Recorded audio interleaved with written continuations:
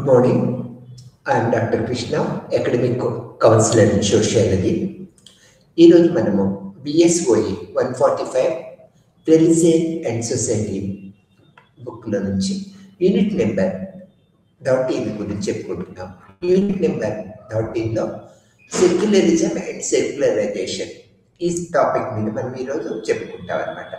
ఇందులో మనం ఈ సెక్యులరిజం అండ్ సెక్యులరైజేషన్లో సెక్యులరైజేషన్ అండ్ సెక్యులరిజం, సెక్యులరైజేషన్ యొక్క సామాజిక శాస్త్రము, మతంలో ఉన్న సెక్యులరైజేషన్ యొక్క ప్రభావము, తర్వాత ఈ పవిత్రత అండ్ సెక్యులర్ మధ్య పోరాటం ఏ విధంగా ఉన్నది, చర్చి అండ్ రాష్ట్రం యొక్క పాత్రలు, మళ్ళీ ఈ యొక్క సెక్యులరైజేషన్ ప్రక్రియ యొక్క సామాజిక సందర్భాలు ఏ విధంగా ఉన్నాయి, సమకాలీన ప్రపంచంలో సెక్యులరిజం ఏ విధంగా పనిచేస్తున్నది, ఇండియాలో మన సెక్యులరైజం ఏ విధంగా ఉన్నది అనేది మనం కొన్ని టాపిక్స్గా చెప్పుకుంటూ ఉంటాం.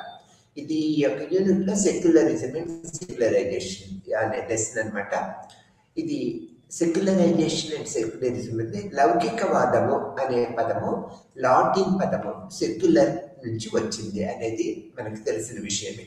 సెక్యులర్ అనే పదము లౌకికీకరణ యొక్క సామాజిక ప్రక్రియతో ముడిపడి ఉంటుంది అనమాట.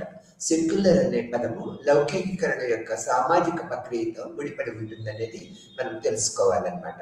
తర్వాత ఈ యొక్క లౌకికవాదము ఒక భావజాలంగా మనం గుర్తించాలి.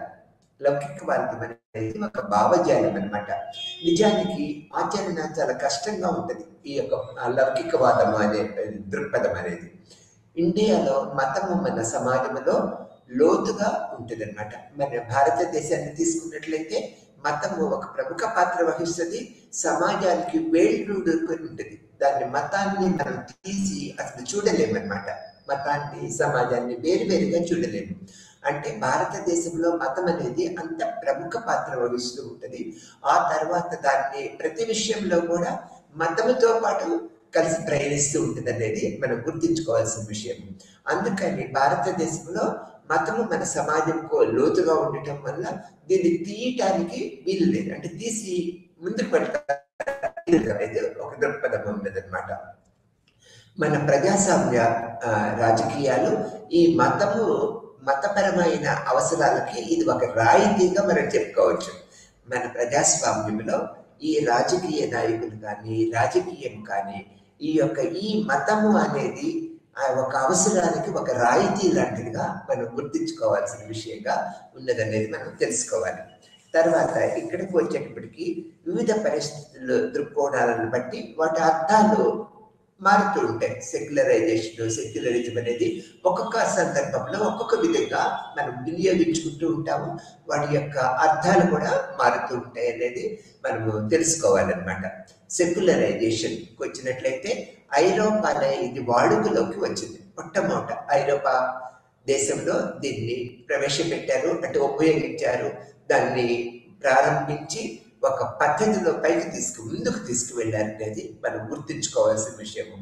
చర్చిలో అంటే అప్పుడు చర్చి ఫాదర్స్, చర్చి యొక్క యజమానులు, చర్చి యొక్క పాలనా వ్యవస్థలో ఉన్న ప్రముఖులందరూ కూడా ఒక విధమైన నియంతృత్వము, మతతత్వము ఎక్కువగా వాళ్ళు అనేక రకాల కార్యాలు చేస్తూ ఉండేవాడు అనమాట. చర్చి నియంత్రణలో లౌకిక అధికారము లేదా రాష్ట్ర ఆధిపత్యము జరుగుతూ ఉండేది ఐరోపా రాష్ట్రంలో.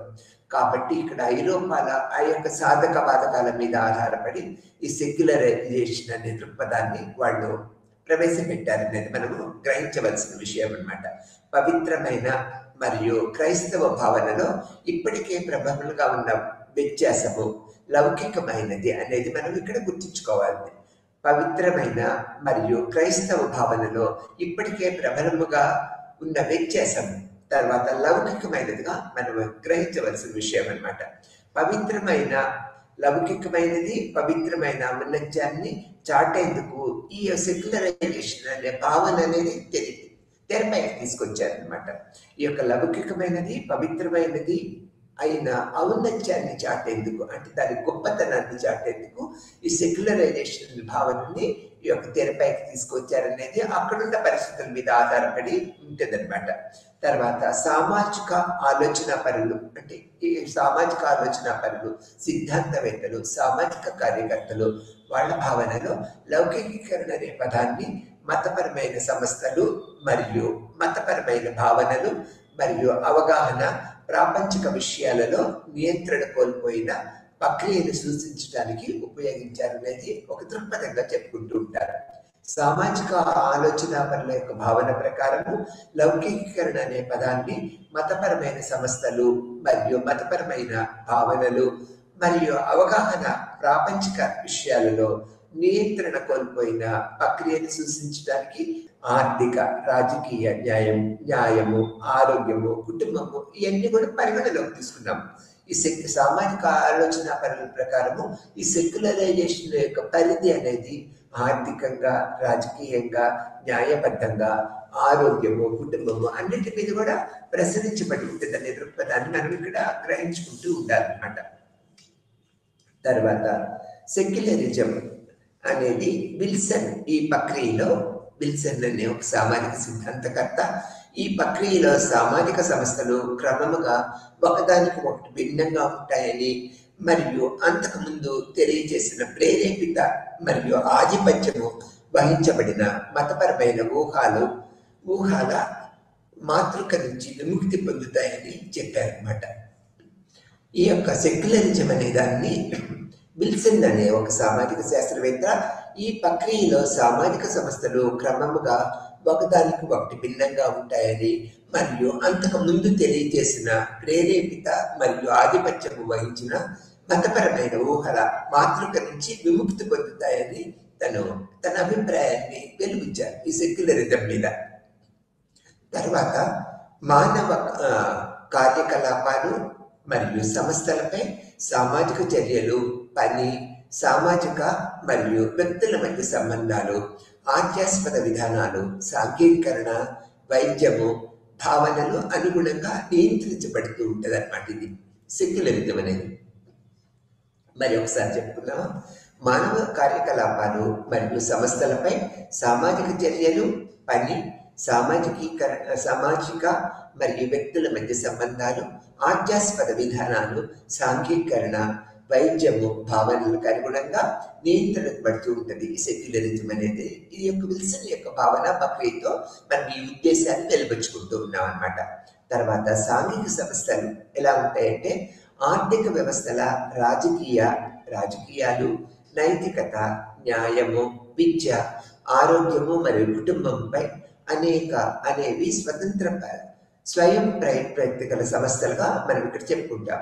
ఈ సెక్యులరిజంలో సాంఘిక సంస్థలన్నీ కూడా ఒక స్వతంత్ర ప్రతిభక్తి గల సంస్థలుగా మనం చెప్పుకుంటూ ఉంటాం అన్నమాట. తర్వాత మనము ఈ సెక్యులరైజేషన్ నిర్వచనము మతంతో ఎంతో ముడిపడి ఉంటుంది అనమాట. ఈ సెక్యులరైజేషన్ నిర్వచనము మతపరంగా దాన్ని అసలు మనం విడదీయరాని విధంగా ఎంతో ముడిపడి ఉంటుంది అనమాట అనేది మనం చెప్పుకోవాలన్నమాట. సమాజానికి అనివార్యమైన విధులను నిర్వర్తించే ఏదైనా నమ్మకాలు, ఆలోచనలు మరియు కార్యకలాపాలు సెక్యులరైజేషన్ పదము ఉపయోగించడము కష్టంగా ఉంటుంది. దీనికి ఈ విషయాల మీద సెక్యులరైజేషన్ అనే పదాన్ని ఉపయోగించడము చాలా కష్టంగా ఉండి మనం ముందుకు వెళ్ళలేని విధంగా ఉంటుంది. ఎందుకని ఇక్కడ మతపరంగా సెక్యులరైజేషన్ ముడిపడి ఉంటుంది. దాన్ని మనం ఎటువంటి పరిస్థితుల్లోనూ విడిపడిగా చూడటానికి వీలు లేదనే దృక్పథాన్ని మనం ఇక్కడ ఏర్పరచుకుంటూ ఉంటాం అన్నమాట. అందుకని ఇక్కడ ఏం చెప్పుకుంటున్నాము, ఆలోచనలు మరియు కార్యకలాపాలు, నమ్మకాలు సెక్యులరైజేషన్ పదం ఉపయోగించడము చాలా కష్టంగా ఉంటుంది అనేది చెప్పుకుంటున్నాము. లౌకిక కార్యకలాపాల నుంచి అతీంద్రియ శక్తులను వేరు చేయటము మనం చూడవచ్చు. అనేక విషయాల్లో లౌకిక కార్యకలాపాల నుంచి అతీంద్రియ శక్తులను వేరు చేయటము మనము ఇక్కడ చూడగలుగుతూ ఉంటాం అనేది మనం ఈ సెక్యులరైజేషన్ ప్రక్రియ పద్ధతుల్లో మనము గమనించవలసిన విషయంగా చెప్తూ ఉంటాం అన్నమాట. మతము లోపల సెక్యులరైజేషన్ ఏ విధంగా ఉంటుంది అనేది మనం ఇప్పుడు తెలుసుకుంటాం అన్నమాట. ఈ యొక్క మొక్క యొక్క అంశము మతాలు తమ సిద్ధాంతాలను మరియు అభ్యాసాలను సవరించుకుంటూ ఉంటాయి. ఈ యొక్క మతం లోపల సెక్యులరైజేషన్ యొక్క అంశము మతాలు తమ సిద్ధాంతాలను మరియు అభిప్రాయాలను సవరించుకుంటూ ఉంటాయనేది మనకు తెలియజేస్తూ ఉంటారు. ఉదాహరణ మనం తీసుకున్నట్లయితే చర్చిలో మహిళా పూజారులు నియమించినప్పుడు ఇది చాలా వివాదానికి దారితీస్తుంది అనేది మనం చెప్తూ ఉంటాం. మనం ఏం చెప్తూ ఉంటాము, ఈ యొక్క సెక్యులర్ స్టేట్స్ అనే విషయంలో స్త్రీ పురుషులు కుల మతాలు అన్ని కూడా సమానమనే దృక్పథాన్ని వెలిపిస్తూ ఉంటాం అన్నమాట. అటువంటి ప్రక్రియలో ఈ యొక్క అప్పుడు ఐరోపా దేశంలో ఈ చర్చిలో మహిళలను కూడా అంటే పూజారులుగా నియమించారు అనమాట. మతపరమైన కార్యాలు వీళ్ళకి చేసే హక్కు ఉన్నదని తప్పనిసరిగా వీళ్ళని అన్ని చాలా చర్చెస్లో ఈ మహిళలను కూడా పూజారులుగా పురుషులతో పాటు నియమించినప్పుడు ఆ ప్రాంతం అంటే ఆ దేశమంతా కూడా ఒక ప్రత్యేకమైన అలజడిని సృష్టించింది, మతపరమైన అలజడిని ఏర్పరిచారు. అంటే అతి పురాతన కాలం నుంచి పురుషులే పూజారులుగా ఉన్నారు. ఒక నూతన దృక్పథంతో స్త్రీలను కూడా పూజారులుగా పెట్టినప్పుడు ఆ యొక్క ప్రదేశం అంతా అంటే ఆ యొక్క దేశమంతా కూడా ఒక అలజడి సృష్టించడానికి కారణమైంది. అంటే దీన్ని బట్టి మనకి ఇక్కడ ఏమర్థం అవుతుంది, మనము చెప్పేది ఒకటి అంటే ప్రక్రియ పద్ధతుల్లో చేసేది ఒకటిగా ఉంటుంది. అంటే ఇక్కడ సమానత్వము స్త్రీ పురుషులకు సమానము, కుల మతాలకు అతీతమైన దేశాలు అని చెప్తూ ఉంటాం సెక్యులరిజంలో. ఇక్కడికి వచ్చేటప్పటికి ఎగ్జాంపుల్గా మనం తీసుకొని ఈ యొక్క చర్చిలో మహిళా పూజారులను నియమించినప్పుడు ఇది చాలా వివాదానికి, మతపరంగా ఎంతో వివాదానికి దారితీసిందనమాట. అనేక రకాల విషయాల మీద ఇది ప్రభావాన్ని చూపింది. సామాజిక ఒక రుగ్మతగా ఇది కేంద్రీకృతం అయిపోయింది అనమాట ఆ టైంలో. ఇక్కడ స్త్రీల స్థితిని మనం చర్చలు ఎలా స్పందిస్తూ ఉంటామో ఈ ఎగ్జాంపుల్గా మనం చూడుకోవచ్చు. అంటే స్త్రీల విషయంలో మనం ఎలా స్పందిస్తున్నాం అనే దృక్పథాన్ని మనం ఇక్కడ చూడటానికి ఫీల్ అవుతూ ఉంటుంది అనేది మనం ఇక్కడ తెలుసుకుంటూ ఉంటాం. తర్వాత మనకి సెక్యులరైజేషన్ అనే పద్ధతికి వచ్చినప్పుడు మత విశ్వాసాలు కంటే మనము మత విశ్వాసము ప్రభావం చేస్తుంది. అలా చేయటం వల్ల శాఖ అభివృద్ధి చాలా సార్లకి దారితీస్తూ ఉంటుంది. ఇక్కడ మత విశ్వాసము ఎంతో ప్రభావం చూపిస్తుంది సెక్యులరైజేషన్లో.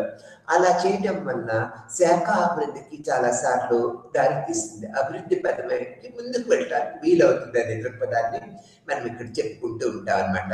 ప్రజా సమస్యలపై శ్రద్ధ పెరగటం అనేది ఉంటుంది అనమాట సెక్యులరైజేషన్లో. అంటే ప్రజల యొక్క సమస్యలు నిశ్చితంగా పరిశీలించి అభివృద్ధి పదంలోకి తీసుకువెళ్ళడానికి వీలవుతూ ఉంటుంది అనే దృక్పథాన్ని మనం ఇక్కడ తెలియపరచుకుంటూ ఉంటాం అనమాట. తర్వాత మత సంస్థలు. ఇక్కడ మత సంస్థలు అనేది లౌకిక విద్యా సంస్థలు, ధార్తత్వ కార్యకలాపాలలో ఇది ఎక్కువ పాల్గొంటూ ఉంటాయి. ఈ మత సంస్థలందరూ అన్ని కూడా లౌకికమైన విద్యా సంస్థలు ధార్తత్వ కార్యకలాపాలలో ఎక్కువ పార్టిసిపేట్ చేస్తూ ఉంటాయి అనేది మనం గుర్తుంచుకోవాల్సిన విషయంగా మనం ఇక్కడ చెప్తున్నాం అనమాట. తర్వాత వ్యవహార సత్తావాదము వలన అతీంద్రియ శక్తులకి దూరంగా మనం వెళుతూ ఉంటాం. ఇక్కడ వ్యవహార సత్తావాదం వలన అతీంద్రియ శక్తుల నుంచి మనం దూరంగా జరుగుతూ ఉంటాం. అంటే ఇక్కడ ఏంటి, మార్పుని కోరుకుంటూ ఉంటాం అనేది ఇక్కడ అర్థంగా మనం గ్రహించవలసిన విషయం అనమాట. ఇక్కడ ఈ సెక్యులరిజం అంటే విలువగా, అంటే ఒక ప్రత్యేకమైన విలువ కలదుగా సెక్యులరిజం అని మనం ఇక్కడ గుర్తించాలనేది చెప్పుకుంటూ ఉంటాం అనమాట. ఫ్రెంచి విప్లవం తర్వాత రాజకీయ తత్వశాస్త్రము మరియు ఉద్యమమే ఒక లక్ష్యము, ఉద్యమం యొక్క లక్ష్యమే లౌకికవాదంగా మనం చెప్పుకుంటూ ఉంటాం.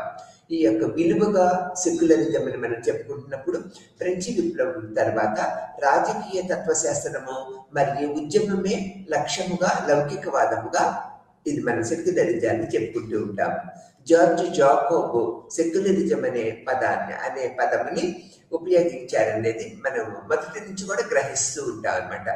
జార్జ్ జాకోబ్ అనే సిద్ధాంతవేత్త, సామాజిక కార్యకర్త ఈ యొక్క సెక్యులరిజం అనే పదాన్ని మొదటిసారిగా ఉపయోగించారనమాట.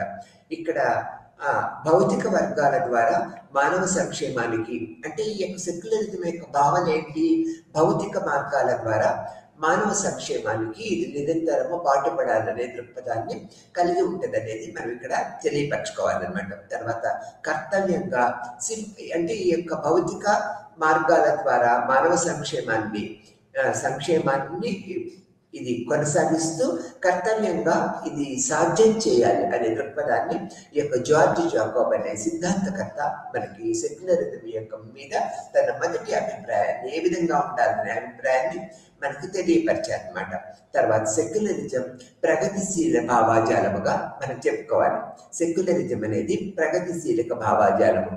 ఉదారవాద ప్రజాస్వామ్యానికి ఇది కంపల్సరిగా నెసెసరీ అన్నమాట, అవసరం. ఇది సెక్యులరిజం అనేది ప్రగతిశీల భావాజాలము, ఉదారవాద ప్రజాస్వామ్యానికి ఇది అవసరం అనే దృక్పథాన్ని మనం ఇక్కడ ఏర్పరచుకోవాలనేది తెలుసుకోవాలి.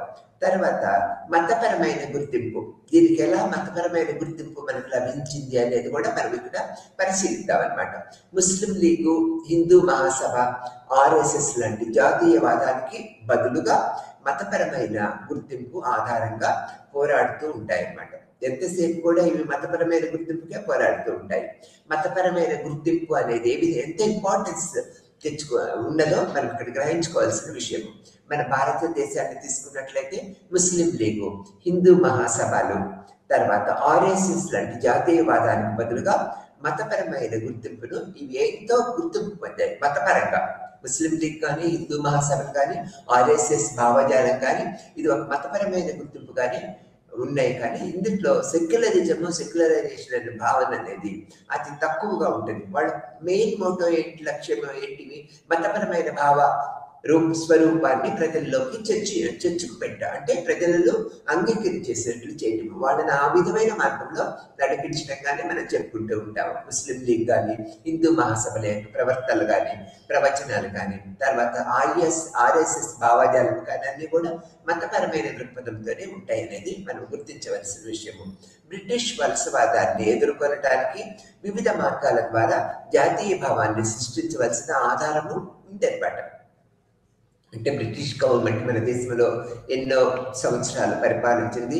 ఆ యొక్క వరవడికి మనం కూడా తల వంచుకుంటూ ముందుకు పోయాం. అంటే బ్రిటిష్ వాళ్ళ యొక్క పద్ధతులను మనం కూడా గౌరవించినట్లుగా ముందుకు సాగాము అనే దృక్పథాన్ని ఇక్కడ మనం గ్రహించవలసిన విషయం అంట.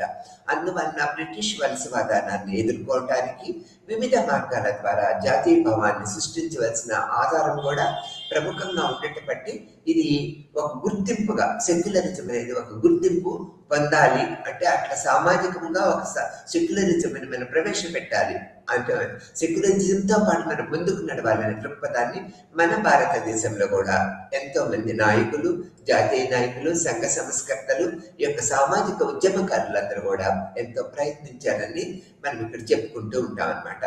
తర్వాత 1940లో ఇండియా అండ్ పాకిస్తాన్ విభజన జరిగింది కదా. ఇప్పుడు 1947లో ఇండియా అండ్ పాకిస్తాన్ విడివిడిగా ఒక ప్రత్యేకమైన దేశాలుగా ఏర్పడ్డాయి అనేది మనకు తెలిసిన విషయమే. గాంధీ హత్య వలన మతాన్ని, రాజకీయాన్ని వేరుగా ఉంచడానికి లౌకిక సిద్ధాంతం అవసరం ఏర్పడింది. గాంధీ హత్య తర్వాత మనకి ఒక రాజకీయ పరంగా, సామాజిక పరంగా అనేక ఉద్రిక్త పరిస్థితులు, మతపరమైన పరిస్థితులు ఏర్పడ్డాయి అనేది మనం చెప్పుకోవచ్చు అనమాట.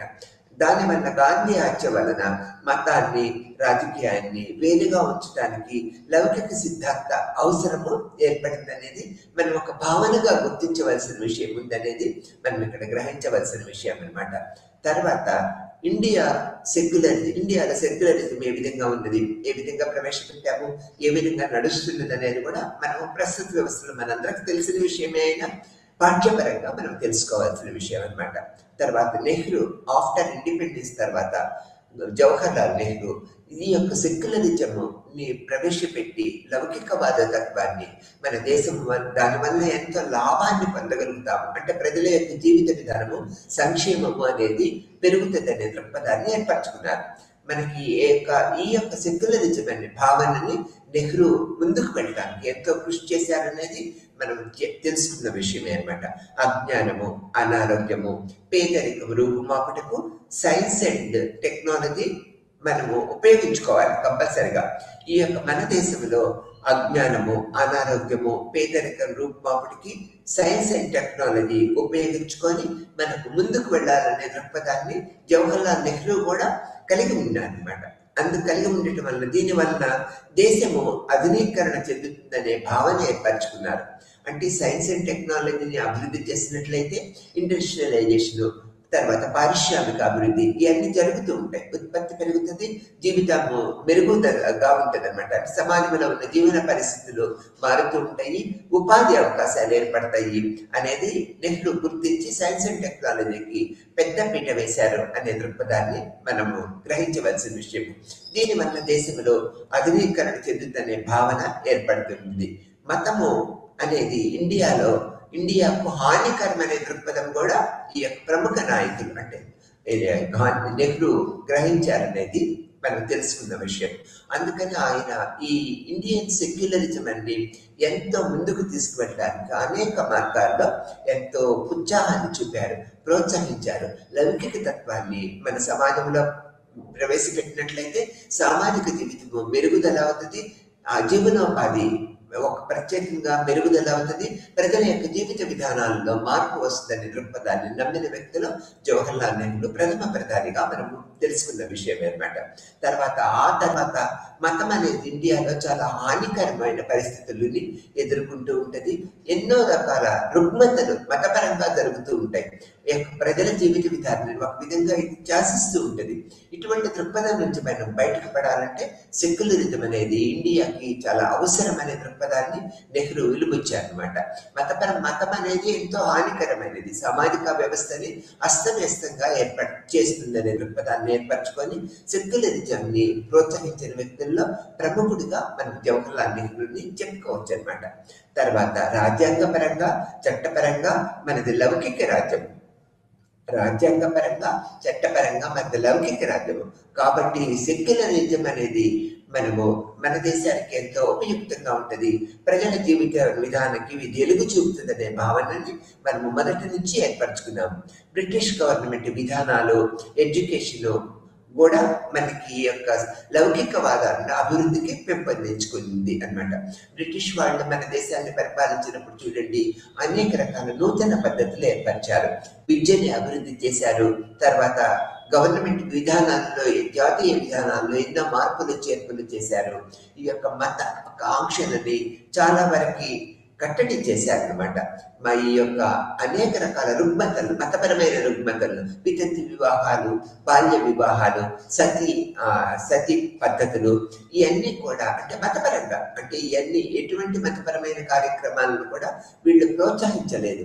ఫ్రమ్ ది బిగినింగ్ నుంచి కూడా బ్రిటిష్ గవర్నమెంట్ పరిపాలన చేపట్టిన దగ్గర నుంచి విద్యా పరంగా అభివృద్ధి చేసుకుంటూ, పారిశ్రామిక అభివృద్ధి చేసుకుంటూ మతపరమైన పద్ధతులన్నింటినీ కూడా తక్కువ ప్రాధాన్యత ఇస్తూ ఉన్నారు. ఎంత తక్కువ ప్రాధాన్యత బ్రిటిష్ గవర్నమెంట్ ఇచ్చినా కూడా మనం ఇంకా గట్టిగా మతపరమైన పద్ధతుల్ని ఎక్కువ అమలు పరుస్తూ ముందుకు వెళ్ళలేకపోయాము. అప్పుడు స్వాతంత్రం అనంతరము జవహర్లాల్ నెహ్రూ ఈ యొక్క సెక్యులరిజం యొక్క భావన, లౌకికవాద భావనను ముందుకు తీసుకువెళ్ళి సమాజంలో ఈ అనేక రుగ్మతలను, మతపరంగా ఏర్పడే అనేక రుగ్మతలను తగ్గించడానికి ప్రయత్నించారు, ఎంతో కృషి చేశారు. అంటే అది ఒక్క రోజులో మనకి మార్పు అనేది గోచరించదు, it will take small time అనమాట. కాబట్టి ఇక్కడ కూడా మనం ఏం చెప్పుకుంటూ ఉంటామంటే ఈ యొక్క మతపరమైన పద్ధతుల వల్ల సమాజానికి అనేక రకాల కష్ట నష్టాలు, ప్రజలు అనేక రకాల బాధలు గురవుతూ ఉంటారు. కాబట్టి ఈ యొక్క బాధల నుంచి బాధల నుంచి వ్యక్తుల యొక్క బాధలు తగ్గించాలంటే మతపరమైన పద్ధతులు కొద్దిగా అంటే పురాతన కాలంలో ఉన్నంత గట్టిగా కాకుండా లౌకిక తత్వాన్ని ఏర్పరచుకొని కుల మతరహితం అయిన సమాజాన్ని ఏర్పరిచినట్లయితే సమాజ అభివృద్ధికి ఇది ఎంతో దోహదం చేస్తుందనే దృక్పథాన్ని ఇక్కడ మనం తెలుసుకుంటూ ఉంటాం అన్నమాట. తర్వాత ఇక్కడ మనం చూసుకున్నట్లయితే యువకులు అంటే మతాలు అధికంగా ఉన్న ఇండియాలో సామాజిక ప్రక్రియ ప్రభావితం చేయడానికి ఈ యొక్క సెక్యులరిజం అనేది ఎంతో సహాయపడుతుంది, ఎంతో సమయం కూడా తీసుకుంటుంది అనమాట. అనేక రకాల మతాలు మనకు చూడండి, మన ఇండియాలో అనేక రకాల మతాలు ఉన్నాయి.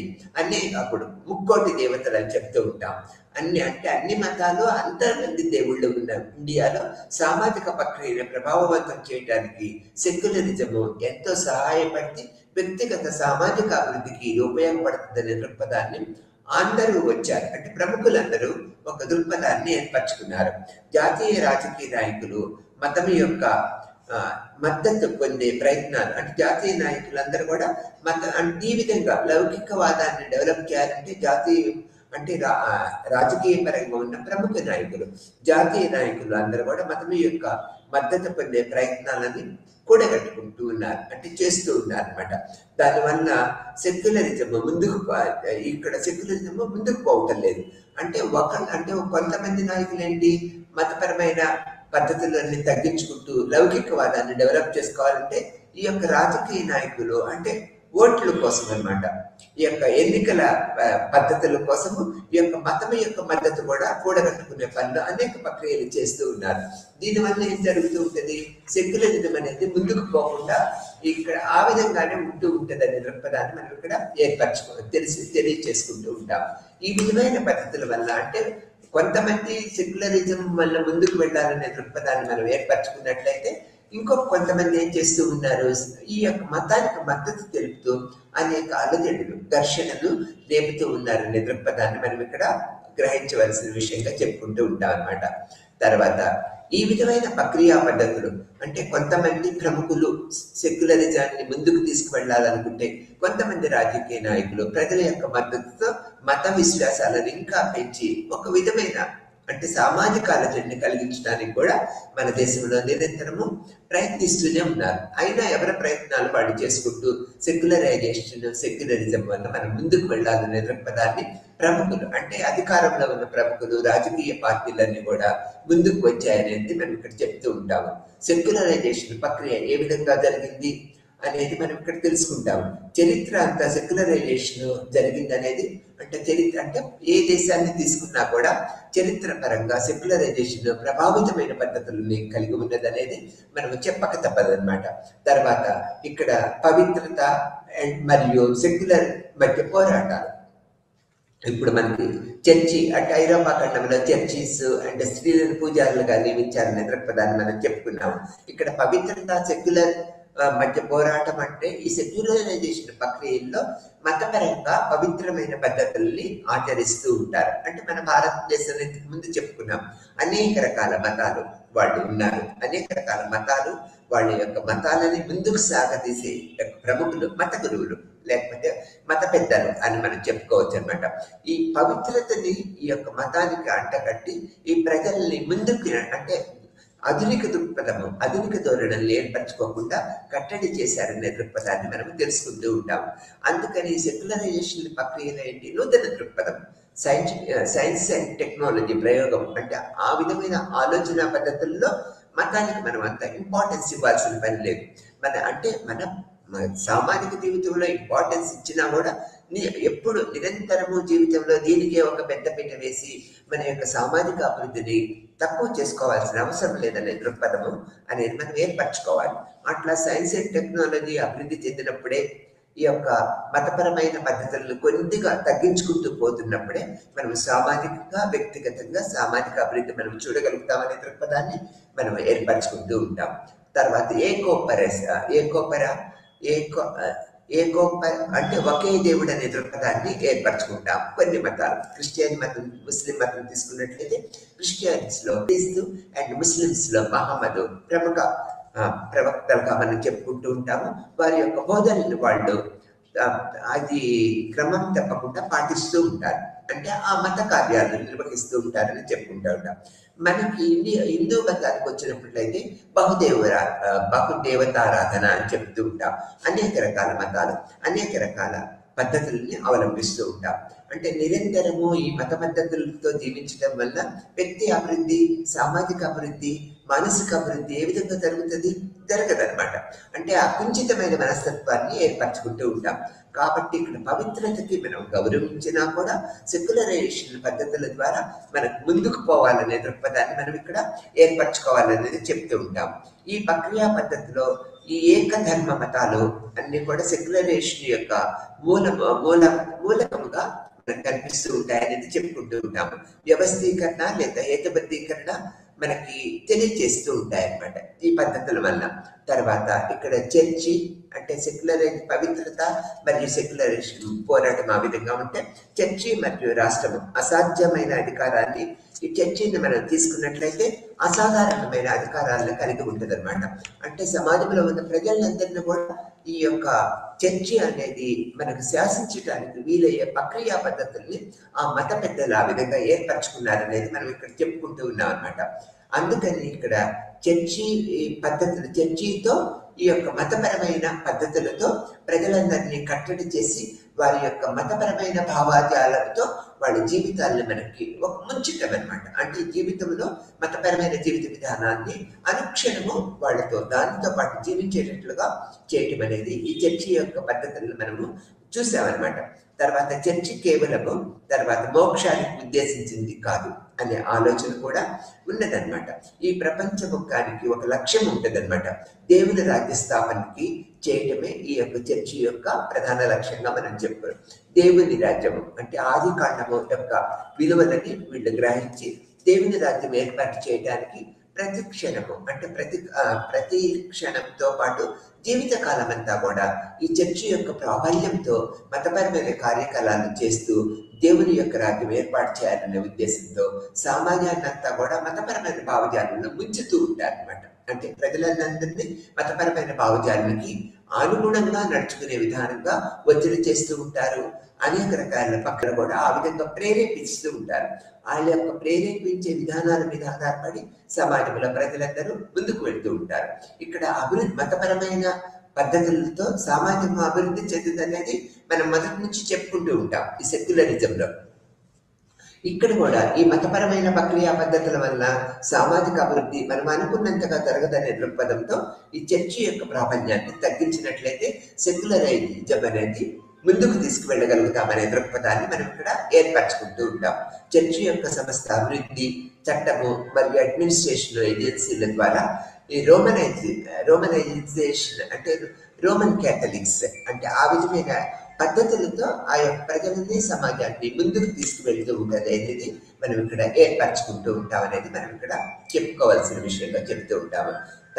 అపారమైన ప్రభావాన్ని అంటే చర్చి ఆ యొక్క మతం అనేది అన్నింటినీ కూడా అపారమైన ప్రభావాన్ని కలిగి ఉండటం వల్ల ఆ యొక్క ప్రజలు ఆ సామాజిక వ్యవస్థ ముందుకు వెళ్ళలేదనేది మనం గుర్తుంచుకోవాల్సిన విషయంగా మనం చెప్తూ ఉంటాం. అందుకని చర్చికి ఆ టైంలో ఆ కాలంలో ఎంత ప్రాముఖ్యత ఉన్నదనేది కూడా మనము తెలుసుకోవాల్సిన విషయంగా చెప్పుకుంటూ ఉంటాం అన్నమాట. తర్వాత దీన్నే సెక్యులర్ ఈ యొక్క చర్చి మరియు దాని యొక్క శక్తి వ్యతిరేకంగా తమను తాము ఏర్పాటు చేసుకున్న శక్తులుగా మనం చెప్తూ ఉంటాం. అంటే ఆ యొక్క శక్తులన్నీ కూడా ఆ విధంగా ఉంటాయి అనేది మనము ఏర్పరచుకుంటూ ఉంటాం అనేది చెప్తూ ఉంటాం అనమాట. తర్వాత చర్చి యొక్క అణచివేత స్వభావంతో సమానంగా విసిగిపోయిన రాజులు మరియు సామాన్యులు రాజకీయ వ్యవహారాల నుండి చర్చి మరియు యొక్క మతముపై నియంత్రణను బదిలించుకోవడానికి నిరంతరమైన పోరాటాలు చేస్తూ ఉండేవాళ్ళు అనేది మనం ఆ పద్ధతుల్లో మనం గ్రహించవలసిన విషయం అనమాట. తర్వాత చర్చి మరియు దానికి శక్తికి వ్యతిరేకంగా తమను తాము ఏర్పాటు చేసుకున్న శక్తులను సెక్యులర్ అని పిలువబడుతూ ఉంటామన్నమాట. తరచుగా చర్చికి వ్యతిరేకంగా పోరాటము మరియు చివరికి మత నియంత్రణ యొక్క క్షీణతకు దారితీసిన ప్రక్రియకి దాని హేతుబద్ధమైన మరియు శాస్త్రీయ దృక్పథంతో మనము సెక్యులరైజేషన్ ని అన్నట్టు ముందుకు వెళుతూ ఉన్నాం అనే దృక్పథాన్ని మనం ఇక్కడ తెలియపరచుకుంటూ ఉంటాం. అంటే సెక్యులరిజము అంటే సెక్యులరైజేషన్ భావాలని ప్రజల్లో కొద్దిగా ఏర్పడిన తర్వాత ఈ యొక్క నియంత్రిత ధోరణిని ప్రజలందరూ ఎదురు తిరిగి ఆ యొక్క మతాధికారుల యొక్క భావాలని ఖండిస్తూ ఉండటం వల్ల ఈ యొక్క మతాధికారులు చర్చి యొక్క ప్రభావం కొద్దిగా తగ్గుతూ వస్తుంది. ఒక్క రోజులో సెక్యులరిజము ముందుకు వెళ్తాయి అనేది మనం ఎప్పుడు చెప్పుకోవటం లేదు. ఇది అనేక రకాల ప్రక్రియ పద్ధతుల ద్వారా ఎంతో కాలానికి సామాజికంగా అన్ని దేశాల్లో కూడా ఈ ప్రజలలో సమాజంలో ఒక లౌకిక భావం అనేది ఏర్పడుతూ ఉంటుంది అనేది మనం తెలుసుకోవాల్సిన విషయం అనమాట. తర్వాత ఇక్కడ సెక్యులరైజేషన్ ప్రక్రియ యొక్క సామాజిక సందర్భాలు ఏ విధంగా ఉంటాయి అనేది మనం ఇక్కడ ఇప్పుడు తెలుసుకుందాం. తర్వాత పునరుజ్జీవము అని చెప్తూ ఉంటాం అనమాట. 14 మరి 16వ శతాబ్దాలలో మనకి ఐరోపాలను మనం తీసుకున్నట్లయితే ఎగ్జాంపుల్ గా అనేక రకాలైన పునరుజ్జీవన ప్రక్రియ పద్ధతులు ఏర్పడ్డాయి అనేది మనం చెప్పుకోవాలన్నమాట. హేతుబద్ధమైన విధానము ఈ యొక్క ఉద్యమం యొక్క సారాంశము మరియు అది ఒక కళగా మనము గుర్తించాము. అక్కడ ప్రక్రియ పద్ధతుల వల్ల పునరుజ్జీవన ఉద్యమము తర్వాత అనేవి ప్రజలకు తాము నివసించే ప్రజల గురించి ఒక ఆసక్తిని కలిగి ఉంటాయి అన్నమాట. ఈ యొక్క ఆసక్తి వలన మనము ఇక్కడ సైన్స్ అండ్ టెక్నాలజీ వలన ఈ యొక్క నూతన దృక్పథము, నూతన యొక్క మానసిక వ్యవస్థని మనం ఏర్పరచుకోవడానికి ఈ పునరుజ్జీవన కాలంలో మనకు జరిగింది. అంటే చర్చి యొక్క ప్రభావం తగ్గిపోతూ ఉండటము, సైన్స్ అండ్ టెక్నాలజీ పెరగటము, ప్రజల్లో చైతన్యవంతమైన మానసిక వ్యవస్థ ఏర్పడటం వల్ల అనేక రకాల పద్ధతుల వల్ల మనము ఈ యొక్క సామాజిక వ్యవస్థని, వ్యక్తుల వ్యవస్థని ముందుకు తీసుకువెళ్ళడానికి వీలవుతూ ఉంటాయి అనేది మనం ఇక్కడ గ్రహించవలసిన విషయంగా చెప్పుకుంటూ ఉంటాం అన్నమాట. తర్వాత ఈ పునరుజ్జీవన ప్రక్రియ పద్ధతుల్లో సైన్స్ అండ్ టెక్నాలజీ ఎంతో ప్రాముఖ్యత ఏర్పరచుకున్నది, ఎంతో ఈ యొక్క సామాజిక వ్యవస్థని, ప్రజల యొక్క మానసిక వ్యవస్థని అంటే మార్పు చేయడానికి దోహదపడిందిగా మనం చెప్తూ ఉంటాం అనమాట. ఈ విధమైన పద్ధతుల వల్ల, ఈ లౌకిక వాదము వల్ల, లౌకిక తత్వము, సెక్యులరిజం వల్ల సామాజిక వ్యవస్థలోని వ్యక్తులు, జీవిత విధానము, సామాజిక పరిస్థితులు ఎంతో మార్పు చెందింది అనేది తెలుసుకుంటాం. ఈ తెలుసుకోవడానికి సైన్స్ అండ్ టెక్నాలజీ కూడా ఎంతో ఉపయోగపడింది. వ్యక్తుల మానసిక ప్రవర్తనలో కనుక మార్పు వచ్చినట్లయితే ఆటోమేటిక్ గా మతతత్వం అనేది ఒక లిమిటెడ్ గా ఉంటుంది, అంటే లిమిట్ గా ఉంటుంది. ఆ లిమిట్ ఎక్కువగా ఉండటం వల్ల సామాజిక వ్యవస్థ, వ్యక్తులు కూడా దెబ్బతింటూ ఉంటారు మతతత్వ వ్యవస్థ ఎక్కువగా ఉన్నట్లయితే. కాబట్టి ఈ యొక్క పునరుజ్జీవన కాలంలో మతతత్వ వ్యవస్థ వల్ల కొద్దిగా తగ్గిపోవటం వల్ల ప్రజల్లో చైతన్యవంతమైన, సామాజికవంతమైన, ప్రకాశవంతమైన జీవిత విధానాన్ని మనం తెలుసుకుంటూ ఉంటాము. ఇక్కడ మనం అందుకని ఇక్కడ ఏం చెప్పుకుంటున్నాము, ఈ యొక్క 14వ శతాబ్దము, 15వ శతాబ్దము, 16వ శతాబ్దంలో ఈ సెక్యులరిజం డెవలప్ అవటం వల్ల ఈ యొక్క ఐరోపా దేశంలో అనేక రకాల మార్పులు సంభవించింది అనేది మనం చెప్తూ ఉంటాం. ఈ యొక్క చర్చి యొక్క ప్రాబల్యం తగ్గిపోవటము, ఈ యొక్క ఫాదర్స్ యొక్క ప్రాబల్యం తగ్గిపోవటము, ప్రజలు నూతనత్వానికి ఎదురు చూడటం అనమాట. నూతనమైన జీవితం కోసము, నూతనమైన సమాజం కోసము ఎదురు చూస్తూ ఉంటారు. ఎందుకలా ఎదురు చూస్తూ ఉంటామంటే వీళ్ళ యొక్క మతపరమైన పద్ధతులు ఆ విధంగా కఠినంగా ఉండటము, మత విశ్వాసాన్ని ఎక్కువ చేయటము, తర్వాత అంతా శాసించటము, ప్రజల జీవితంలో కూడా వేళ్ళు పెట్టడం అంటే తెచ్చుకురావటం, సామాజిక వ్యవస్థని ప్రజల జీవిత వ్యవస్థలో వీళ్ళు ప్రముఖ పాత్ర వహించడం వల్ల ఈ మతతత్వం వల్ల వీళ్ళు అనేక సాధక బాధకాలు పొందుతూ ఉంటారు. కాబట్టి ఒక నూతనత్వాన్ని కోరుకుంటున్న టైంలో ఈ సెక్యులరిజం అనేది, ఒక లౌకిక భావన అనేది వీళ్ళకు ఒక వెలుగుబాటులుగా చూపింది అనేది మనం ఈ పునరుజ్జీవన పద్ధతుల్లో మనం తెలుసుకోవచ్చు అన్నమాట. దీనివల్ల ఏంటి, ప్రజలు నూతనమైన భావన ఏర్పరచుకోవటము, మతతత్వాన్ని కొద్దిగా తగ్గించుకొని నూతనత్వాన్ని డెవలప్ చేసుకొని సామాజిక అభివృద్ధికి, వ్యక్తిగత అభివృద్ధికి నిరంతరం దోహదం చేయటం వల్ల అనేక రకాల ఉద్యమాలు, అనేక రకాల పోరాటాలు కూడా ఈ యొక్క ఐరోపా ఖండంలో జరిగినాయి అనేది తెలుసుకుంటాం. తర్వాత దీనివల్ల చర్చి ప్రాబల్యం తగ్గిపోయింది, ఫాదర్లు అంటే మతాధికారుల యొక్క ప్రాబల్యం తగ్గిపోతూ ఉంటుంది. మతాధికారులకి ఎంత గౌరవం ఇవ్వాలో అంత గౌరవమే ప్రజల నుంచి పొందగలుగుతారు. ఇదివరకు అట్లాగా శాసించడం అనేది మతాధికారులు చేయలేకపోయారు అనేది మనం ఈ మతపరమైన ఉద్యమాల వల్ల మనం తెలుసుకుంటూ ఉంటాము. విజ్ఞాన శాస్త్రము వృద్ధి అయిపోయిన తర్వాత సెక్యులరిజం ఏ విధంగా ఉన్నది అనేది కూడా మనం తెలుసుకోవాలి. మనకి చూడండి, భారతదేశంలో ఇండిపెండెన్స్ వచ్చిన తర్వాత జవహర్లాల్ నెహ్రూ సైన్స్ అండ్ టెక్నాలజీని ఎంతో అభివృద్ధి పదంలో ముందుకు తీసుకువెళ్ళినట్లయితే ఆటోమేటిక్గా సమాజము, వ్యక్తులు మారుతూ ఉంటారు. ఆ తర్వాత మతం అనే భావం అనేది దీని మీద లేకుండా ప్రజలు ముందుకు వెళ్తూ ఉంటారనే దృక్పథాన్ని మనం ఏర్పరచుకుంటూ ఉంటాం. అందుకని విజ్ఞాన శాస్త్రానికి ఈ యొక్క సెక్యులరిజంలో ఎక్కువ పెద్దపీట వేయడం జరిగిందనమాట. విజ్ఞాన శాస్త్రం కనుక అభివృద్ధి అయితే యథార్థతని ప్రజలు గ్రహిస్తారు. అంటే సమాజంలో ఉన్న ప్రజలందరూ కూడా యథార్థాన్ని గ్రహించినట్లయితే మతం యొక్క భావన అనేది కొద్దిగా తగ్గిపోతూ ఉంటుంది. మతతత్వం అనేది వీళ్ళు నూతన మార్గంలో నడవటానికి వీలవుతూ ఉంటుంది. కాబట్టి విజ్ఞాన శాస్త్రం అభివృద్ధి అనేది ఎంతో ప్రముఖ పాత్ర, టెక్నాలజీ అనేది ఎంతో ప్రముఖ పాత్ర వహిస్తుంది. వ్యక్తిగత మానసిక వ్యవస్థలో ఎంతో మార్పు సంభవిస్తూ ఉంటుంది. ఈ మార్పులు వ్యక్తిగతంగా మానసిక వ్యవస్థలో మార్పులు సంభవించినప్పుడు ఆటోమేటిక్గా ఈ మతం మీదున్న మనకు అభిప్రాయం అనేది తుడిచిపెట్టుకుపోతూ ఉంటుంది. మతం మీదున్న మన గౌరవము అంతగా ఉంటుంది అనమాట. చాలా తక్కువగా మనము మతాన్ని విలువిస్తూ ఉంటాం అనమాట. విజ్ఞాన శాస్త్రం అభివృద్ధి చెందిన తర్వాత విజ్ఞానపరమైన దృక్పథాన్ని మనము సమాజంలో ఉన్న ప్రజలందరూ ఏర్పరచుకుంటూ ఉంటారు. కాబట్టి ఇక్కడ ఏం జరుగుతూ ఉంటుంది, ఈ యొక్క పద్ధతుల వల్ల మతపరమైన భావన ఆ యొక్క ప్రాబల్యం తగ్గిపోతూ ఉంటుంది అనేది. తర్వాత ఇక్కడ భూమి, ఇక్కడ చూడండి, భూమి గుండ్రంగా ఉంటది అనేది మనకు తెలిసిన విషయమే. అప్పుడు భూమి స్థిరంగా ఉంటుందని చెప్పుకుంటూ ఉంటారు మతపరంగా, ఆ మతాధికారులు ఆ విధంగా చెప్పేవాళ్ళు. తర్వాత కోపర్నికస్ అనే ఒక శాస్త్రవేత్త, ఖగోళ శాస్త్రవేత్త, భూమి ఏ విధంగా ఉంటుంది, సూర్య చంద్రులు దాన్ని ఎలా పరిగ్రహిస్తారు, భూమి తన చుట్టూ తాను తిరుగుతూ ఈ యొక్క సూర్యుని చుట్టూ తిరుగుతూ ఉంటుంది అనేది మనకు తెలిసిన విషయమే కదా.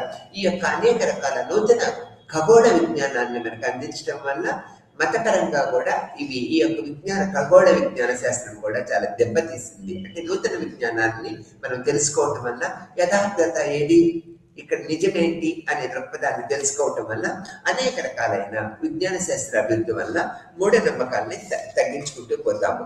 తర్వాత విలియం హార్వే వచ్చినట్లయితే ఈ యొక్క అనేక రకాల దృక్పథాలు, మానవ శరీరము యొక్క అనేక మానవ శరీరంలో ప్రక్రియ పద్ధతులు కూడా విలియం హార్వే మనకు తెలియపరిచారు.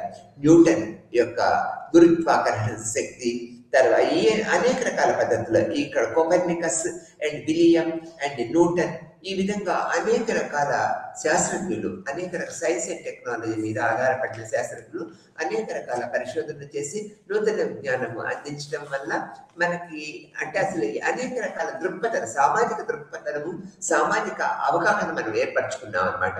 ఈ అవగాహన దృక్పథాలు ఏర్పరచుకోవటం వల్ల అప్పుడు మనము ఇక్కడ దేవుడు, ఇక్కడ మతము, ఇవన్నీ ఒక పద్ధతులని ఎక్కువ అంటే జీవితం అంతా కూడా మతము దేవుళ్లతో గడిపే వ్యక్తులందరూ కూడా దాని విలువను తగ్గించుకొని అతి తక్కువ టైం అండ్ మత విశ్వాసాలకి కేటాయించి ఎక్కువ టైం జీవన అభివృద్ధికి, సామాజిక అభివృద్ధికి కేటాయించడం అనేది ఏర్పరచుకున్నారు. ఈ ఖగోళ శాస్త్ర విజ్ఞానులు, ఈ యొక్క జీవశాస్త్ర విజ్ఞానం అంటే శాస్త్రవేత్తలందరూ కూడా నూతన విషయాలు కనుగొనటం వల్ల సామాజిక అవగాహన పెరిగింది. వ్యక్తుల యొక్క మానసిక చింతనలో అనేక రకాల మార్పులు వచ్చినాయి అన్నమాట. ఏది యథార్థత, ఏది తప్పు అనేది ప్రజలు అనేక రకాల రూపాల్లో కనుగొనడం జరిగింది. కాబట్టి ఈ యొక్క నూతన ఆవిష్కరణల వల్ల నూతనమైన మానసిక వ్యవస్థను ఏర్పరచుకొని సెక్యులర్ అంటే లౌకికవాదానికి ప్రజల అనుగుణంగా నడుచుకునేటంటే తొలి అడుగులు వేస్తూ ముందుకు నడుచుకుంటూ వెళ్ళారనేది మనము ఇట్లా చెప్పుకోవచ్చు అనమాట. తర్వాత వాణిజ్యము, వాణిజ్య విస్తరణ, ఈ యొక్క లౌకికవాదము, ఈ యొక్క తత్వము పెరిగిన తర్వాత ఈ యొక్క ప్రక్రియ పద్ధతుల్లో మనకి వాణిజ్యము, వాణిజ్య విస్తరణ కూడా వేగవంతంగా జరిగింది. భారతదేశంతో పాటు ఇతర దేశాల్లో కూడా ఈ యొక్క అందరూ ప్రజలందరూ ఒకటే, అన్ని మతాలు ఒకటే, ఒకే దేవుడు అనే దృక్పథము, బహుదేవతల దృక్పథము, మతపరమైన దృక్పథాలన్నింటినీ కూడా పక్కకు పెట్టి జీవిత విధానాన్ని మెరుగు చేసుకోవాలంటే సైన్స్ అండ్ టెక్నాలజీతో పాటు వాణిజ్యం కూడా ప్రముఖ పాత్ర వహించాలనే దృక్పథంతో మనం తెలుసుకున్నాం. ఈ యొక్క ప్రక్రియ పద్ధతిలో ఇది కొలంబస్, వాస్కోడి గామా, సముద్రయానాలు, ఈ యొక్క ఇతర దేశాలతో మనకు వాణిజ్యము, సముద్రయానం పెరిగిపోవటం వల్ల అప్పుడు ఫ్లైట్స్ లేవు కదా పురాతన కాలంలో, అంటే అందరూ కూడా మనకు సముద్రయానానికి ప్రిఫరెన్స్ చేసేవాడు. అన్ని దేశాలు ఒక దేశంతో వేరొక దేశము ఈ యొక్క సముద్ర ప్రాంతం ద్వారా నౌకలతో వాణిజ్యాన్ని అభివృద్ధి చేసుకున్నాయి. మన ఆ ప్రక్రియ పద్ధతుల్లోనే కొలంబస్, వాస్కోడి గామా ప్రపంచవ్యాప్తంగా వెలుగులోకి వచ్చారు. మనకి భారతదేశాన్ని కనుగొనటము, అమెరికాని కనుగొనటం అనేవి కూడా జరిగినాయి అన్నమాట. దీనివల్ల ఏంటి, సముద్రయానము పెరగటం వల్ల సముద్ర మార్గాలను కనుగొనటం వల్ల వాణిజ్యం అనేది విస్తరించి ఒక దేశం నుంచి వేరొక దేశానికి ఎగుమతులు దిగుమతులు జరగటం వల్ల వాణిజ్యం అనేది ప్రముఖ పాత్ర వహించింది అనేది మనం ఇక్కడ చెప్పుకోవాలన్నమాట. ఇట్లా వాణిజ్యం ప్రముఖ పాత్ర వహించడంతో పాటు ప్రింటింగ్ అంటే అచ్చు యంత్రాలు, ప్రింటింగ్ మెటీరియల్, ఇవన్నీ కూడా రావటం వల్ల మనకి అనేక రకాల నూతన అవగాహన, నూతన విషయాలు తెలుసుకోవడానికి మనకి ఆస్కారం ఏర్పడింది. ఈ నూతన విషయాలు తెలుసుకోవడం అంటే వాణిజ్యం ద్వారానే అనేక అంటే కొత్త వ్యక్తులు మన దేశానికి రావటం, మనము వేరొక దేశానికి వెళ్ళటము, ఈ యొక్క జీవన రీతులను కనుగొనటం అంటే కొత్త జీవితాలు ఎలా ఉంటాయి, ఆ దేశంలో ప్రజలు ఎలా జీవిత విధానాన్ని గడుపుతున్నారు, మన దేశంలో ప్రజలు ఏ విధంగా జీవిత విధానాన్ని గడుపుతున్నాడు, వర్తక వాణిజ్యాలు చేయటం వల్ల ఆర్థికంగా మనం ఎట్లా పరిపుష్టి ఏర్పరచుకోగలుగుతాము అనేది కూడా ఈ లౌకిక తత్వం వల్ల డెవలప్ అయింది. అంటే ఈ యొక్క సెక్యులరిజం వల్ల ఈ యొక్క సముద్రయానాలు పెరిగిపోయినాయి, వాణిజ్యం పెరిగిపోయింది, దేశాలు ఒక దేశం నుంచి వేరొక దేశానికి రవాణా సదుపాయాలు ఏర్పడటం వల్ల ఈ యొక్క వాణిజ్యం పెరిగిపోవటం వల్ల సామాజిక ఆవిష్కరణల్లో కూడా మార్పులు వచ్చింది అని చెప్పుకోవాలి. ఈ యొక్క సామాజిక ఆవిష్కరణలో మార్పులు రావడం వల్ల ఏం జరుగుతూ ఉంటుంది, నూతన విషయాలు అవగాహన చేసుకుంటూ ఉంటారు, నూతన విషయానికి మనం ఉత్సాహం చూపుతూ ఉంటాము. అటువంటిప్పుడు ఏం జరుగుతూ ఉంటుంది, ఈ యొక్క మతం యొక్క ప్రాముఖ్యత తగ్గిపోతూ ఉంటుంది. కొత్త వ్యక్తులను కలుసుకోవటము, నూతన జీవిత విధానాలను మనం తెలుసుకోవటము, వాణిజ్య ప్రక్రియ పద్ధతులను గ్రహించటము, ఆర్థికంగా అభివృద్ధి చెందటము, నూతన అవగాహన అంటే నూతన ఆలోచన పరిధులను విస్తృతం చేసుకోవటం వల్ల వాణిజ్యం డెవలప్ అవటం వల్ల ఒక నూతనమైన ఒక సాంస్కృతిక పద్ధతి సమాజంలో భారతదేశం అంతా కూడా మనం చూడగలిగాం. కొత్త ఎడ్యుకేషన్, ఇంగ్లీష్ ఎడ్యుకేషను, ఈ యొక్క ఇండస్ట్రియలైజేషను, పారిశ్రామికీకరణ, వాణిజ్యం అభివృద్ధి చెందటము, ఎగుమతులు దిగుమతులు, సముద్రయాన ప్రయాణాలు, ఇవన్నీ కూడా మన యొక్క సామాజిక వ్యవస్థను నూతన మార్గము వైపు నడవటానికి మనకు దోహదం చేసింది అనేది మనం ఇక్కడ చెప్పుకుంటూ ఉంటాం అన్నమాట. తర్వాత అనేక రకాల సంస్కరణలు కూడా మనం గుర్తించవలసిన విషయం అన్నమాట. ఇక్కడ సంస్కరణలకు వచ్చినట్లయితే బైబిల్లో ఉన్న బైబిల్ మీద అంటే ఆది కాండము అంటే మన క్రిస్టియన్స్ అంటే చర్చిలో ఏ విధమైన మార్పులు వచ్చినాయి, ఈ యొక్క బైబిల్ మీద ఆధారపడి జీవిత విధానాన్ని గడిపించే దేశాల్లో అన్నింటిలో కూడా విపరీతమైన అంటే కొత్తగా కొట్టొచ్చినట్లు మార్పులు కనిపించాయనేది మనం చెప్పుకుంటూ ఉంటాం. మార్టర్ లూథర్ కింగ్ తన యొక్క భావనను భారతదేశ యొక్క క్యాథలిక్ మతాల యొక్క అభ్యాస ఆధారంగా ప్రశ్నించడం అనేక రకాల అంటే లూథర్ కింగ్ తీసుకున్నట్లయితే చర్చి యొక్క ఫాదర్స్ మీద, చర్చి యొక్క మూలాల మీద ఈ యొక్క అనేక రకాల విమర్శలు చేయటం వల్ల సామాజిక చైతన్యానికి పునాది వేసినట్లుగా లూథర్ కింగ్ కూడా మనం ఎగ్జాంపుల్ గా తీసుకోవచ్చు. దేవుని దయ ద్వారానే మాత్రమే ఈ యొక్క క్షమాపణ ద్వారా మోక్షం పొందుతారనే దృక్పథాన్ని ప్రజలు విడనాడారన్నమాట. అంటే ఈ బైబిల్, మోక్షము, దేవుడు వీటి ద్వారానే మనం మోక్షాన్ని పొందుతారు అనే అభిప్రాయాన్ని వీళ్ళు కొద్దిగా సడలించుకున్నారు. అంటే మానసిక పరిపక్వత ఏర్పడినప్పుడు ఆటోమేటిక్గా యథార్థతను మనం గ్రహించినప్పుడు మనలో మార్పు వస్తుంది. అట్లానే సమాజంలో వ్యక్తులన్నింటిలో కూడా మార్పులు రావడానికి అనేక రకాల ప్రముఖులు ఇప్పుడు లూథర్ కింగ్ అని గురించి చెప్పుకుంటున్నాం. ఆ దేశంలో అతను ఒక విప్లవాన్ని ఏర్పరిచారు. విప్లవాన్ని సాధించి ప్రజల్ని ఒక చైతన్యవంతమైన మార్గంలో నడిపించి ఒక నూతన సమాజాన్ని ఏర్పరిచారన్నమాట. ఈ యొక్క ప్రొటెస్టెంట్స్, రోమన్ క్యాథలిక్స్ యొక్క జీవిత విధానాన్ని ఎంతో మనం పరిగణలోకి తీసుకోవచ్చు.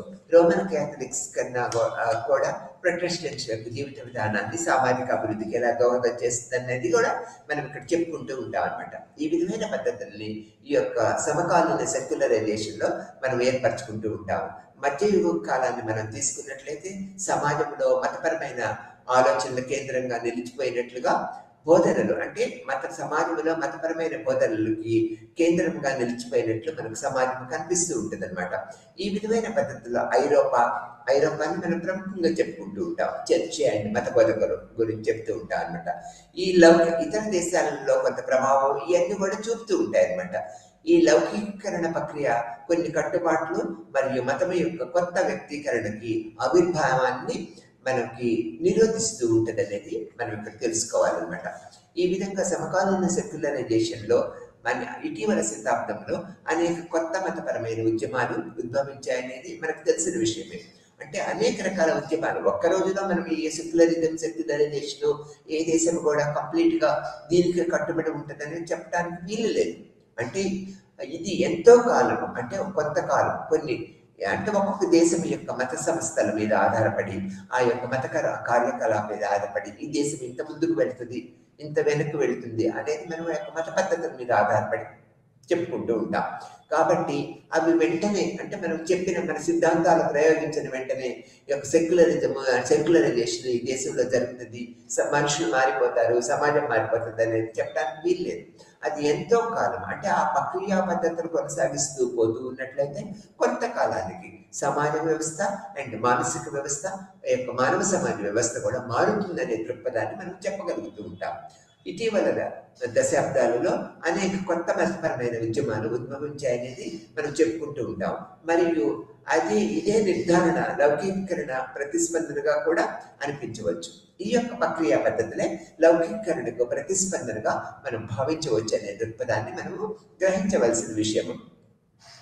లౌకికీకరణ అనేది పాశ్చాత్య సమాజంలో ప్రస్ఫుటంగా దీర్ఘకాలిక చరిత్ర సంఘటనని మనం చెప్పుకోవాలి. లౌకికీకరణ అనేది పాశ్చాత్య సమాజాల్లో ప్రస్ఫుటంగా దీర్ఘకాలిక చారిత్రాత్మక సంఘటనగా మనం గుర్తుంచుకోవాల్సిన విషయంగా మనం చెప్తూ ఉంటాం అన్నమాట.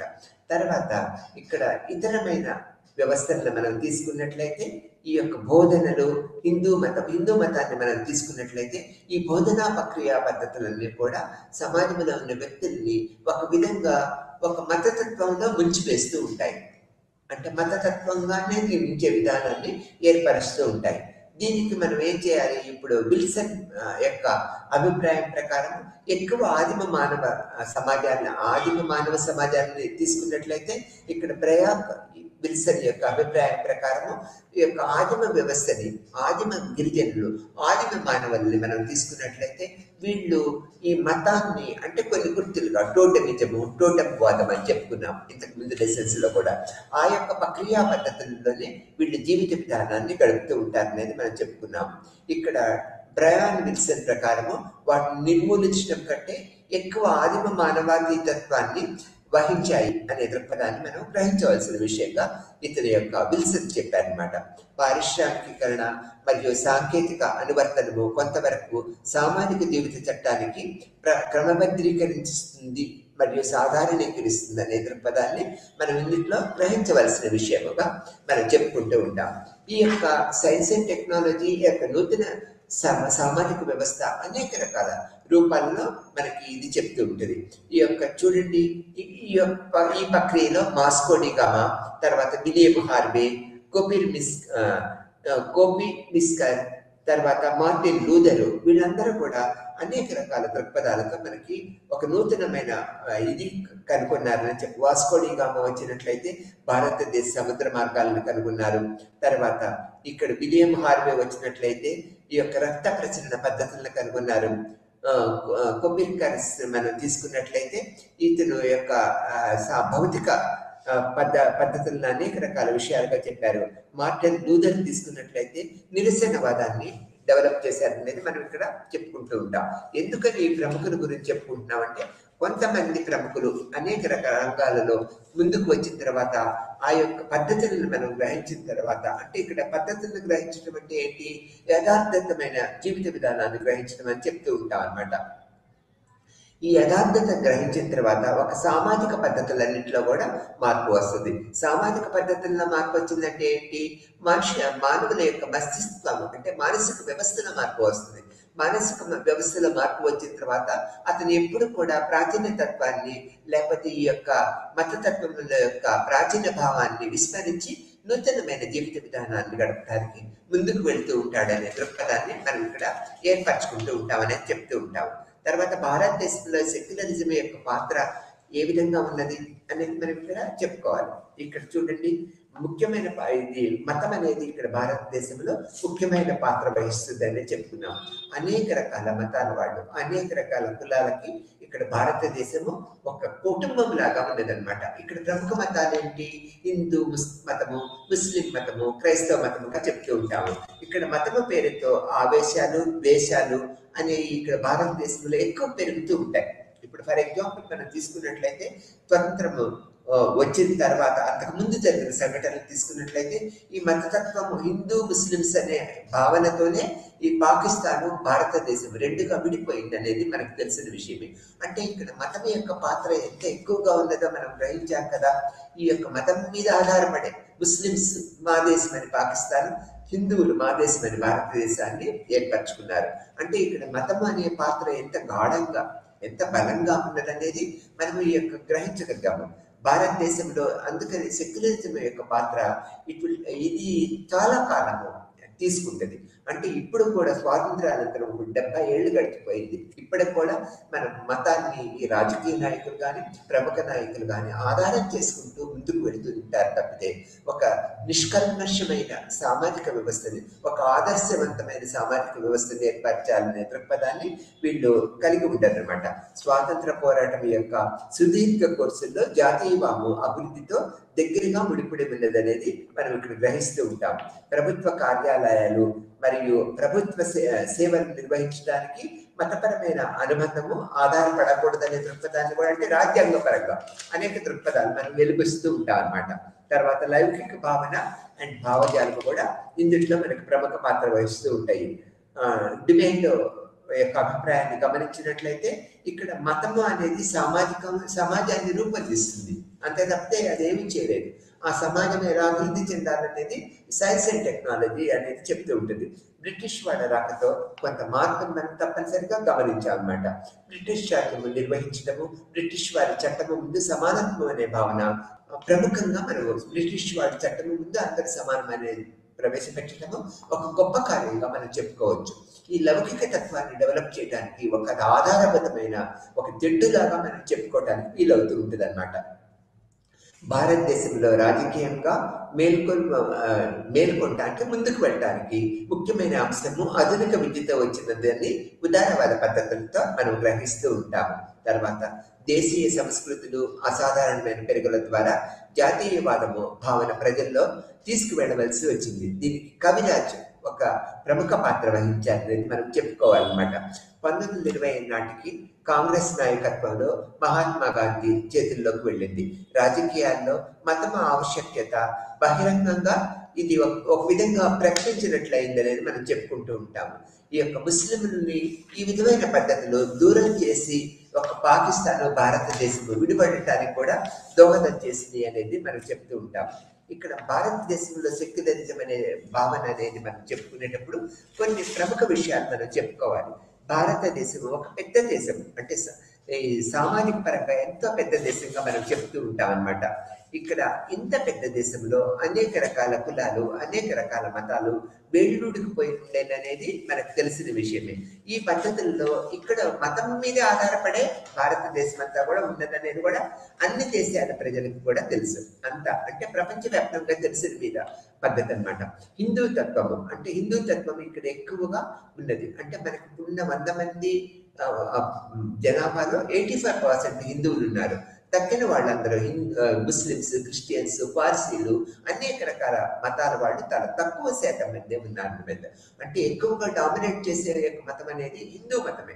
అందుకని ఈ యొక్క లౌకికవాదం అనేది ఈ హిందూ దేశంలో ఎక్కువ ఉపయోగపడుతుందనే దృక్పథంతో ఈ సెక్యులరిజం అండ్ సెక్యులరైజేషన్ ప్రక్రియ పద్ధతుల్ని స్వాతంత్రం పిదప ఈ యొక్క రాజకీయ నాయకులు ప్రముఖులందరూ కూడా దీన్ని ఇంప్లిమెంట్ చేసినట్లయితే జీవిత విధానాన్ని ప్రజలకు మనం అందించగలుగుతామనే దృక్పథాన్ని ఏర్పరచుకున్నారు. ఈ లౌకికవాదం అనే పదం మనం చూడండి, ఈ యొక్క సెక్యులర్ నుంచే పుట్టిందనేది మనం చెప్తూ ఉంటాము. లౌకికవాదము ఒక భావజాలం అనేది కూడా మనం చెప్పుకున్నాము. నిజానికి ఇది ఆచరించటము, ఇంప్లిమెంట్ చేయటము చాలా కష్టంతో కూడుకున్న వ్యవహారమే అన్నమాట. ఎందుకని భారతదేశం ఒక మతతత్వ దేశంగా మొదటి నుంచి కూడా ఏర్పడబడ్డ భావన అంటే భావజాలం ఆ విధంగా ఉన్నదన్నమాట. కాబట్టి ఇది పక్కన కొద్ది టైంలోనే ఈ యొక్క లౌకికవాద భావజాలం అనేది సమాజం మొత్తము ప్రవేశపెట్టాలని ఎంత ప్రయత్నించినా కూడా అది ఎక్కువ టైం తీసుకుంటుంది. కొద్ది టైంలో అది ఇంప్లిమెంట్ కాదనేది మనం చెప్తూ ఉంటాం. కాబట్టి ఇక్కడ బ్రిటిష్ వాళ్ళు చట్టం ముందు అందరూ సమానులే అంటము, ప్రజలందరూ కూడా ఒకే రకమైన పద్ధతులు కలిగి ఉండాలని అంటము, ఆ తర్వాత వాళ్ళు ప్రవేశపెట్టిన విద్యా విధానము, సంస్కరణలు, అనేక రకాల సంస్కరణలు బ్రిటిష్ గవర్నమెంట్ ప్రవేశపెట్టింది. దానివల్ల లౌకికవాదం కొద్దిగా పెరుగుతూ వచ్చింది. ఆ తర్వాత స్వతంత్రం తరువాత కూడా నా దేశ నాయకులందరూ భారతదేశాన్ని ముందుకు తీసుకువెళ్ళాలంటే సెక్యులరిజం, లౌకికవాదము ప్రముఖంగా ఉండాలి, ఎక్కువ ప్రోత్సహించాలి, సమాజంలో ఇది ఇంప్లిమెంట్ చేయాలి. చట్టం రాజ్యాంగం ముందు అందరు ప్రజలందరూ ఒకటే అనే దృక్పథాన్ని ఇంప్లిమెంట్ చేసినట్లయితే సమాజంలో ఉన్న ప్రజలందరూ ప్రత్యేక గౌరవాన్ని, ప్రత్యేకమైన జీవిత విధానాన్ని, సామాజిక అభివృద్ధికి చేయూత ఇస్తారనే దృక్పథాన్ని ఏర్పరచుకున్నారు. అనేక రకాల పద్ధతుల ద్వారా సమాజంలో ఉన్న కుల మతాలకి అతీతంగా అందరినీ కూడా ముందుకు తీసుకువెళ్ళడానికి లౌకికవాదము ఒక మార్గంగా మనం చెప్పుకోవచ్చు అనమాట. అటువంటిది భారతదేశానికి ఎంతో విలువైనది. ఇది ఈ యొక్క అనేక పద్ధతులతో దీన్ని ముందుకు తీసుకువెళ్లాలనే ఆలోచన పరంగా లౌకికీకరణ అనే పదాన్ని మతపరమైన సంస్థలు అండ్ మతపరమైన భావాలు అండ్ మరియు అవగాహన ప్రాపంచిక విషయాల్లో నియంత్రణ కోల్పోయిన ప్రక్రియను సూచించడానికి ఉపయోగిస్తూ ఉంటామనేది తెలుసు. ఆర్థికంగా, రాజకీయంగా, న్యాయంగా, ఆరోగ్యపరంగా, కుటుంబ పరంగా ఈ లౌకికవాదం అనేది సామాజిక ప్రక్రియ పద్ధతుల ద్వారా ముందుకు వెళ్ళడానికి ఎంతో దోహదపడుతూ ఉంటుంది. కాబట్టి మన మతపరమైన ఎక్కువ మతాలు కల భారతదేశంలో లౌకిక తత్వము, లౌకికవాదం ఇది ఈ యొక్క లౌకిక తత్వము ద్వారా, లౌకిక వాదము ద్వారా ఈ యొక్క భావజాలంగానే ప్రజల యొక్క జీవిత విధానాన్ని మనం మెరుగుపరచగలుగుతా అనే దృక్పథాన్ని మనం ఏర్పరచుకున్నాం. అందుకని ఈ లెసన్లో మనం ఏంటి, లౌకికవాదము ఈ యొక్క సెక్యులరిజం అండ్ సెక్యులరిజం యొక్క భావన, ఈ యొక్క భౌతిక పద్ధతులు, సామాజిక చింతన పద్ధతులన్నీ కూడా మనం విడమర్చి చెప్పుకున్నాం అనమాట. ఈ యొక్క విపరీతమైన ఈ విశాలమైన భారతదేశంలో ఈ సెక్యులరిజం అండ్ సెక్యులరైజేషన్ ప్రభావం వల్ల ప్రతి సమాజ జీవితము, ప్రజల యొక్క జీవితము పరిపూర్ణతను ఏర్పరచుకుంటే అనేది మనం ఈ విషయంలో చెప్పుకోవచ్చు.